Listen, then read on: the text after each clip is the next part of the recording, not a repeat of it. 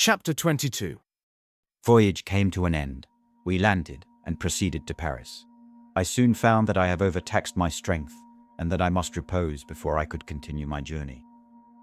My father's care and attentions were indefatigable, but he did not know the origin of my sufferings and sought erroneous methods to remedy the incurable ill.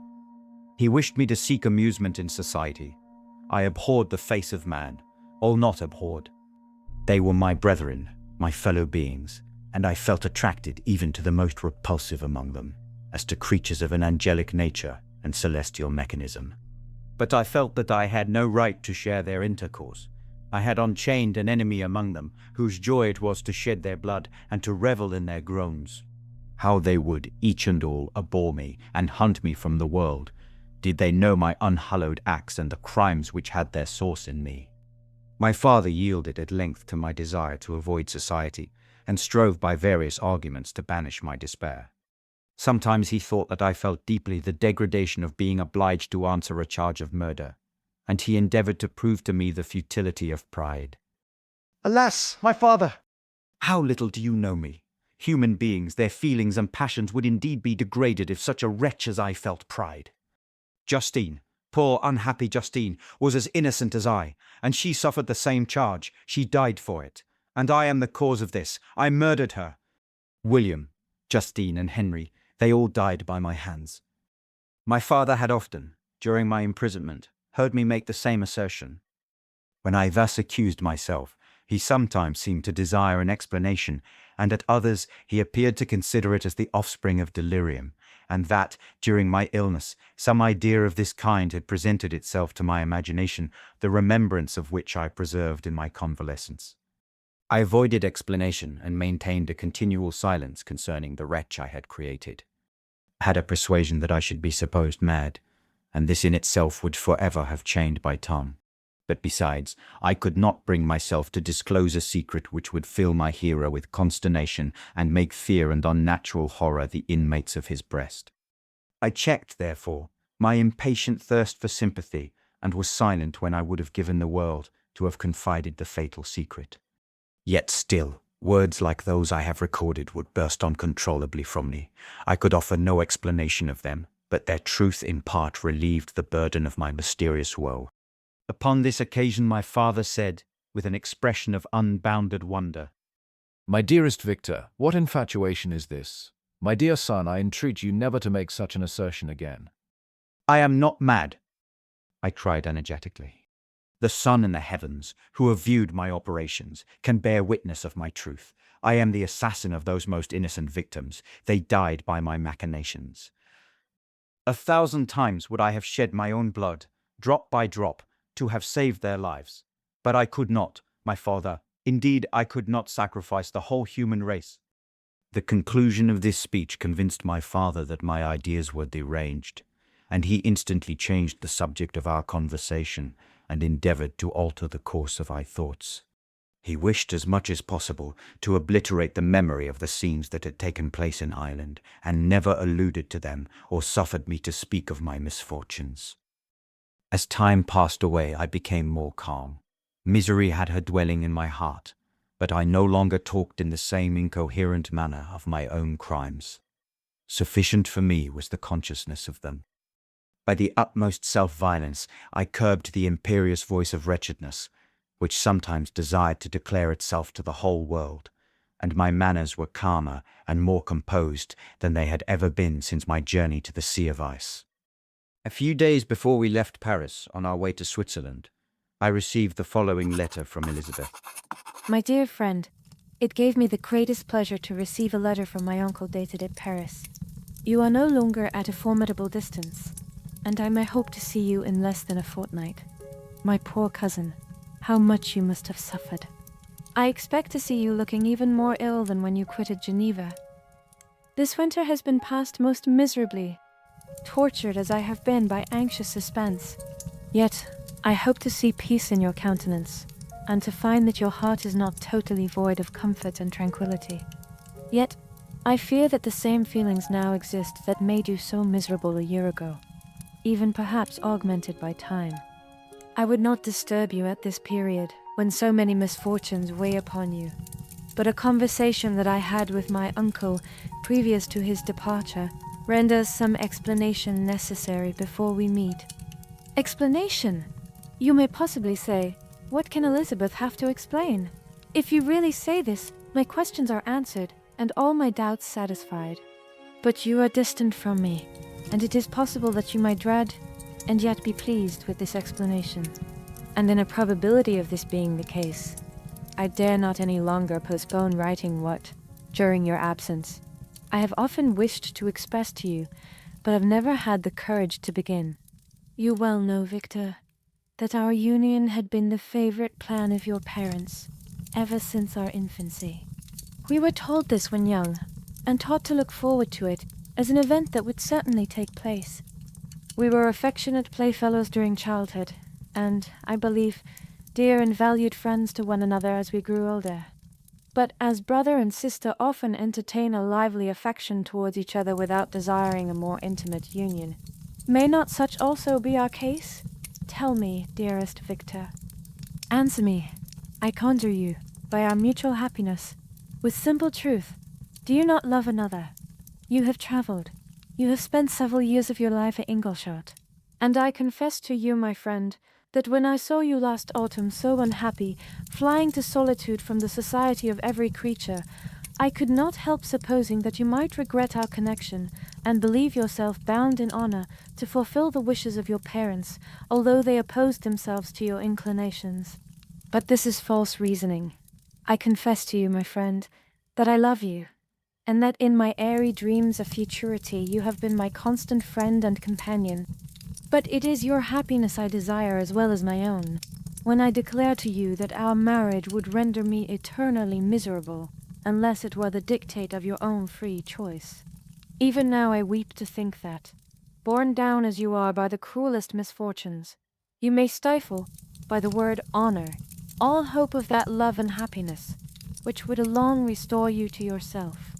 I, who have so disinterested an affection for you, may increase your miseries tenfold, by being an obstacle to your wishes. Ah, Victor, be assured that your cousin and playmate has too sincere a love for you not to be made miserable by this supposition. Be happy, my friend, and if you obey me in this one request, remain satisfied that nothing on earth will have the power to interrupt my tranquility. Do not let this letter disturb you. Do not answer tomorrow, or the next day, or even until you come, if it will give you pain. My uncle will send me news of your health, and if I see but one smile on your lips when we meet, occasioned by this or any other exertion of mine, I shall need no other happiness. Elizabeth Lavenza, Geneva, May 18th, 17. This letter revived in my memory what I had before forgotten, the threat of the fiend. I will be with you on your wedding night. Such was my sentence, and on that night would the daemon employ every art to destroy me and tear me from the glimpse of happiness which promised partly to console my sufferings. On that night he had determined to consummate his crimes by my death. Well, be it so. Deadly struggle would then assuredly take place, in which if he were victorious I should be at peace and his power over me be at an end. If he were vanquished, I should be a free man. Alas, what freedom! Such is the peasant enjoys when his family have been massacred before his eyes, his cottage burnt, his lands laid waste, and he is turned adrift homeless, penniless, and alone, but free. Such would be my liberty, except that in my Elizabeth I possessed a treasure, alas, balanced by those horrors of remorse and guilt which would pursue me until death. Sweet and beloved Elizabeth, I read and reread her letter, and some softened feeling stole into my heart, and dared to whisper paradisical dreams of love and joy. But the apple was already eaten, and the angel's arm bared to drive me from all hope. Yet I would die to make her happy. If the monster executed his threat, death was inevitable. Yet, again, I considered whether my marriage would hasten my fate. My destruction might indeed arrive a few months sooner, but if my torturer should suspect that I postponed it, influenced by his menaces, he would surely find other and perhaps more dreadful means of revenge. He had vowed to be with me on my wedding night, yet he did not consider that threat as binding him to peace in the meantime. for as if to show me that he was not yet satiated with blood, he had murdered Clerval immediately after the enunciation of his threats. I resolved, therefore, that if my immediate union with my cousin would conduce either to hers or my father's happiness, my adversary's designs against my life should not retard it a single hour. In this state of mind, I wrote to Elizabeth. My letter was calm and affectionate. I fear, my beloved girl, little happiness remains for us on earth, yet all that I may one day enjoy is centered in you. Chase away your idle fears. To you alone do I consecrate my life and my endeavors for contentment. I have one secret, Elizabeth, a dreadful one. When revealed to you, it will chill your frame with horror, and then, far from being surprised at my misery, you will only wonder that I survive what I have endured. I will confide this tale of misery and terror to you the day after our marriage shall take place. For, my sweet cousin, there must be perfect confidence between us. Until then, I conjure you, do not mention or allude to it. This I most earnestly entreat, and I know you will comply. In about a week after the arrival of Elizabeth's letter, we returned to Geneva. The sweet girl welcomed me with warm affection, yet tears were in her eyes as she beheld my emaciated frame and feverish cheeks. I saw a change in her also. She was thinner and had lost much of that heavenly vivacity that had before charmed me. But her gentleness and soft looks of compassion made her a more fit companion for one blasted and miserable as I was. The tranquility which I now enjoyed did not endure. Memory brought madness with it, and when I thought of what had passed, a real insanity possessed me. Sometimes I was furious and burnt with rage, sometimes low and despondent. I neither spoke nor looked at anyone, but sat motionless, bewildered by the multitude of miseries that overcame me. Elizabeth alone had the power to draw me from these fits. Her gentle voice would soothe me when transported by passion, and inspire me with human feelings when sunk in torpor. She wept with me and for me. When reason returned, she would remonstrate and endeavor to inspire me with resignation. Ah, it is well for the unfortunate to be resigned, but for the guilty there is no peace. The agonies of remorse poison the luxury there is otherwise sometimes found in indulging the excess of grief. Soon after my arrival, my father spoke of my immediate marriage with Elizabeth. I remained silent. Have you then some other attachment? None on earth. I love Elizabeth, and look forward to our union with delight. Let the day therefore be fixed, and on it I will consecrate myself, in life or death, to the happiness of my cousin. My dear Victor, do not speak thus. Heavy misfortunes have befallen us, but let us only cling closer to what remains, and transfer our love for those whom we have lost to those who yet live. Our circle will be small, but bound close by the ties of affection and mutual misfortune. And when time shall have softened your despair, new and dear objects of care will be born to replace those of whom we have been so cruelly deprived. Such were the lessons of my father. But to me the remembrance of the threat returned. Nor can you wonder that, omnipotent as the fiend had yet been in his deeds of blood, I should almost regard him as invincible, and that when he had pronounced the words, I shall be with you on your wedding night, I should regard the threatened fate as unavoidable.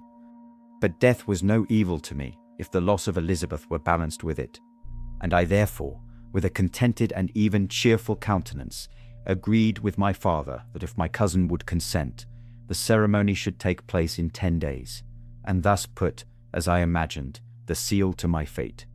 Great God, if for one instant I had thought what might be the hellish intention of my fiendish adversary, I would rather have banished myself forever from my native country and wandered a friendless outcast over the earth, than have consented to this miserable marriage. But, as if possessed of magic powers, the monster had blinded me to his real intentions, and when I thought that I had prepared only my own death, I hastened that of a far dearer victim. As the period fixed for our marriage drew nearer, whether from cowardice or a prophetic feeling, I felt my heart sink within me. But I concealed my feelings by an appearance of hilarity that brought smiles and joy to the countenance of my father, but hardly deceived the ever-watchful and nicer eye of Elizabeth. She looked forward to our union with placid contentment, not unmingled with a little fear, which past misfortunes had impressed, that what now appeared certain and tangible happiness might soon dissipate into an airy dream and leave no trace but deep and everlasting regret. Preparations were made for the event, congratulatory visits were received, and all wore a smiling appearance. I shut up, as well as I could, in my own heart the anxiety that preyed there, and entered with seeming earnestness into the plans of my father, although they might only serve as the decorations of my tragedy. Through my father's exertions, a part of the inheritance of Elizabeth had been restored to her by the Austrian government. A small possession on the shores of Como belonged to her. It was agreed that, immediately after our union, we should proceed to Villa Lavenza and spend our first days of happiness beside the beautiful lake near which it stood. In the meantime, I took every precaution to defend my person in case the fiend should openly attack me. I carried pistols and the dagger constantly about me, and was ever on the watch to prevent artifice, and by these means gained a greater degree of tranquillity. Indeed, as the period approached, the threat appeared more as a delusion, not to be regarded as worthy to disturb my peace, while the happiness I hoped for in my marriage wore a greater appearance of certainty as the day fixed for its solemnization drew nearer, and I heard it continually spoken of as an occurrence which no accident could possibly prevent. Elizabeth seemed happy. My tranquil demeanor contributed greatly to calm her mind. But on the day that was to fulfill my wishes and my destiny, she was melancholy, and a presentiment of evil pervaded her. And perhaps also she thought of the dreadful secret which I had promised to reveal to her on the following day. My father was in the meantime overjoyed, and, in the bustle of preparation, only recognized in the melancholy of his niece the diffidence of a bride. After the ceremony was performed, a large party assembled at my father's, but it was agreed that Elizabeth and I should commence our journey by water, sleeping that night at Evian, and continuing our voyage on the following day. The day was fair, the wind favorable. All smiled on our nuptial embarkation. Those were the last moments of my life during which I enjoyed the feeling of happiness. We passed rapidly along. The sun was hot, but we were sheltered from its rays by a kind of canopy, while we enjoyed the beauty of the scene. Sometimes on one side of the lake, where we saw Mont Salève, the pleasant banks of Montalegre, and at a distance, surmounting all, the beautiful Mont Blanc, and the assemblage of snowy mountains that in vain endeavor to emulate her. Sometimes coasting the opposite banks, we saw the mighty Jura opposing its dark side to the ambition that would quit its native country, and an almost insurmountable barrier to the invader who should wish to enslave it. I took the hand of Elizabeth. "You are sorrowful, my love. Ah, if you knew what I have suffered, and what I may yet endure, you would endeavor to let me taste the quiet and freedom from despair that this one day at least permits me to enjoy." Be happy, my dear Victor. There is, I hope, nothing to distress you, and be assured that if a lively joy is not painted in my face, my heart is contented. Something whispers to me not to depend too much on the prospect that is open before us, but I will not listen to such a sinister voice. Observe how fast we move along, and how the clouds, which sometimes obscure and sometimes rise above the dome of Mont Blanc, render this scene of beauty still more interesting. Look also at the innumerable fish that are swimming in the clear waters, where we can distinguish every pebble that lies at the bottom. What a divine day! How happy and serene all nature appears! Thus Elizabeth endeavored to divert her thoughts and mind from all reflection upon melancholy subjects, but her temper was fluctuating.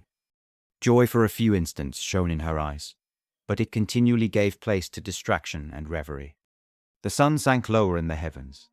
We passed the river Drance, and observed its path through the chasms of the higher and the glens of the lower hills.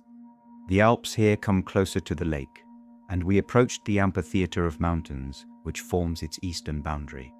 The spire of Evian shone under the woods that surrounded it, and the range of mountain above mountain by which it was overhung. The wind, which had hitherto carried us along with amazing rapidity, sank at sunset to a light breeze. The soft air just ruffled the water, and caused a pleasant motion among the trees as we approached the shore, from which it wafted the most delightful scent of flowers and hay. The sun sank beneath the horizon as we landed, and as I touched the shore, I felt those cares and fears revive, which soon were to clasp me and cling to me forever.